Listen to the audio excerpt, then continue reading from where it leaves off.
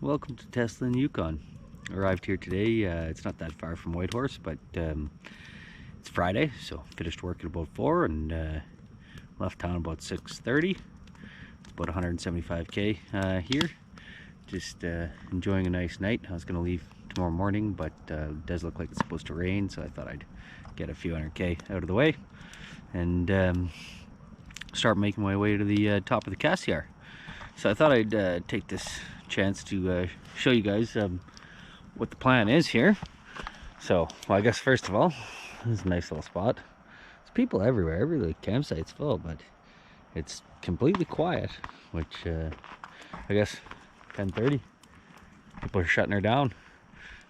Most of these RVs, I'd imagine, are retirees going up the Alaska Highway. But yeah, nice little view of the lake here. Nice little fire. Gotta enjoy your spot. Can't go wrong. So here's a map.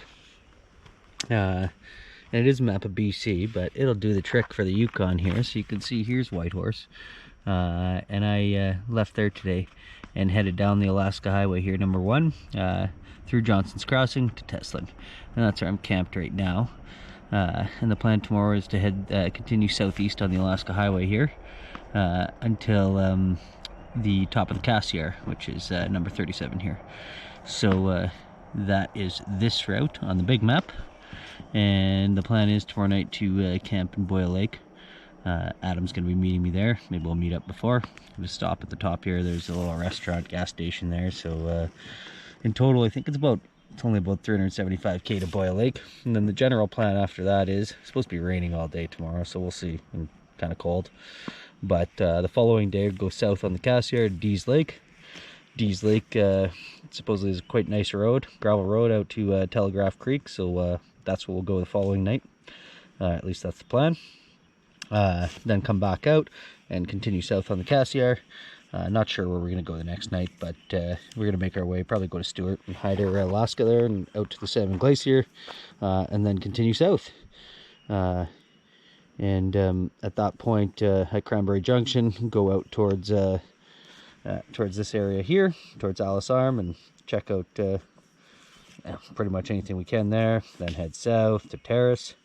From Terrace, there's a pass that goes straight across to Smithers called Telkwa Pass. Not sure if we're going to attempt that or not, but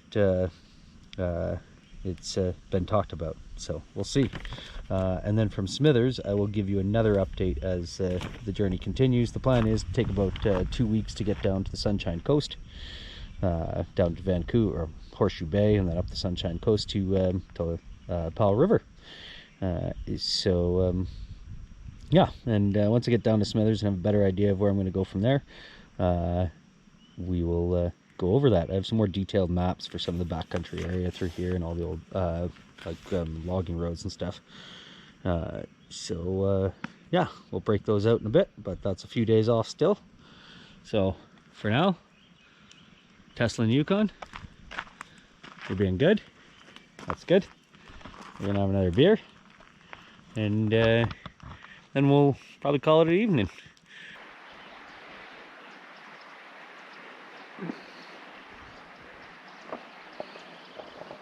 Top of the morning. Left Teslin this morning. Well, camp at about I don't know, 8:30. Went in town and had some breakfast. Now I'm about 75k southeast of Teslin on the Alaska Highway. Stopped for a little pee break at this at the Smart River here. So last night was a little chilly. I think it went down to about 8, but with my lightweight sleeping bag, it was a little cold, so I had to get up and put on a base layer. Not a big deal. After that, I was fine. Something came through my camp last night. I heard it just running, but it sounded like hooves as opposed to like a bear or something. But I don't have much visibility out of my tent, so I didn't see anything and went back to sleep. So we got about 175k to get us to Nugget City, which is the top of the Cassiar Highway. Have some lunch there. Maybe wait for Adam and then head south to Boya Lake.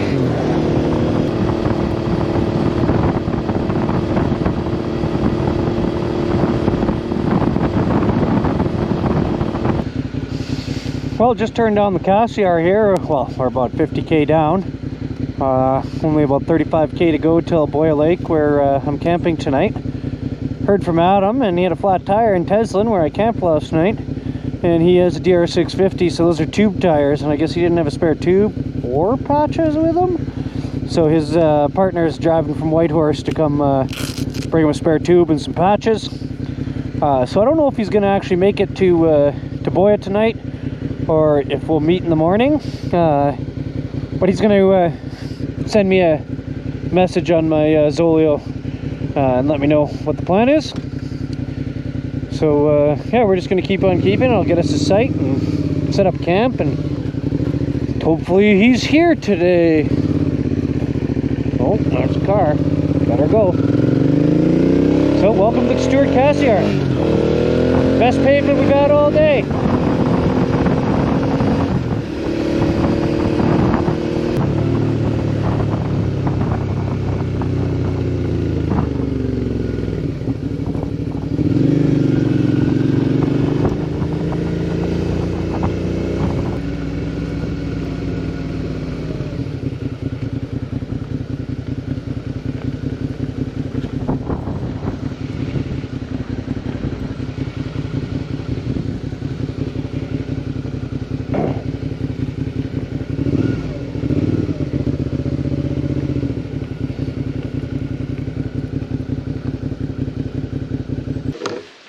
Well, here I sit at Boya Lake. So I'm about 88 kilometers down the Cassiar, about 150 kilometers north of Dease Lake, which is where the turnoff is to Telegraph Creek. So that's the plan tomorrow. However, got some interesting news. I was waiting for Adam to fix his flat tire in Teslin, and then he may or may not. He didn't know if he was going to make it here or not tonight. But if not, then I would have just waited here in the morning for him and met him in Dease Lake. Luckily, I do have my Zoleo, so he did message me not that long ago, and he's not coming at all. He had a flat on the rear, and I think the rear on the DR650 is a 17-inch wheel, and his partner brought him a tube and some patches, but it sounded like he couldn't get the tube between the tire and the rim or something like that. Either way, he wasn't comfortable taking that, going where the places we're planning to go with a bike like that. So the trip that was originally going to be 10 days, him and I, and then the rest on my own, is now going to just be me the whole time, which is okay. A little disappointing, but not the end of the world. I more just feel bad for Adam. He had all this time booked off for vacation, and now headed back to Whitehorse, and then he has to figure out, get a trailer, I guess, and go get his bike in Teslin. Hopefully get some good riding in around Whitehorse, and KLX is working, so he can get out, but it's solo from here on in, which doesn't bother me. God help me. He's going home in June.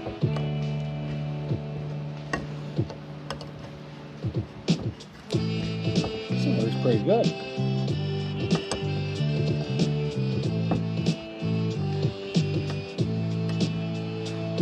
And I can still see Frank with a can in his hand. Wouldn't want to make a big batch in the spaghetti bar of the sauce with it, grand, though. and I can still hear Frank, a screaming mess of bleeding flesh couldn't retreat.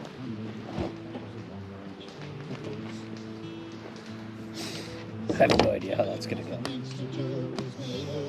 But I need some flame on it though.